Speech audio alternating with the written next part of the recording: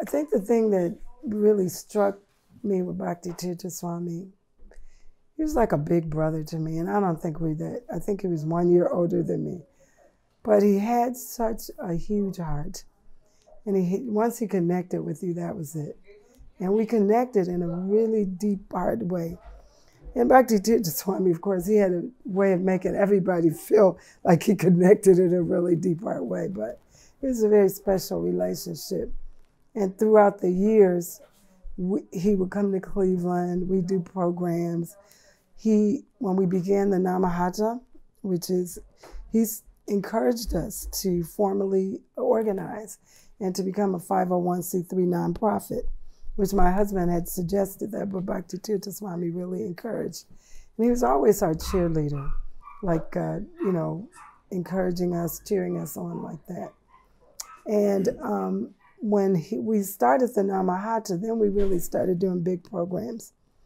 And for about 10 years, we would do a festival called the Lord Have Mercy Festival. And in that festival, we'd invite Christians and Muslims and Jews and Baha'is. And we'd do this big thing in a park. And Bhakti Tirtha Swami unfailingly would come and be one of our main, if not the keynote speaker. He was usually the keynote speaker. We do these big kirtans and prasadam distribution and just a really fun but very devotional and cultural event.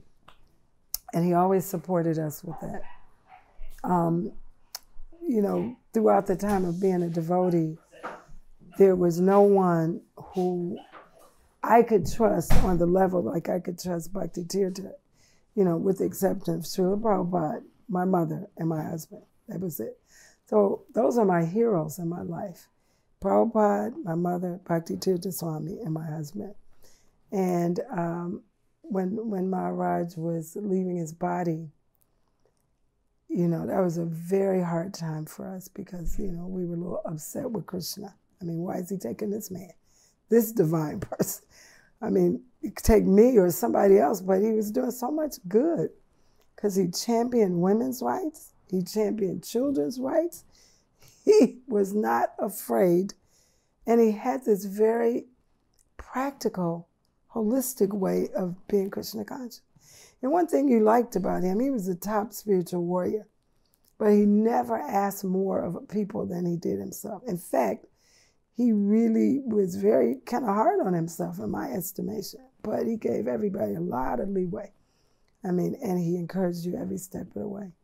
And he had, in so many ways, he reminded me of Prabhupada. And, that's weird. It's not a lot of people that, but Bhakti Tirtha Swami had that way of inspiring you and seeing the good in you and bringing it out. And he was not a pushover, though. I mean, you couldn't cheat him and lie.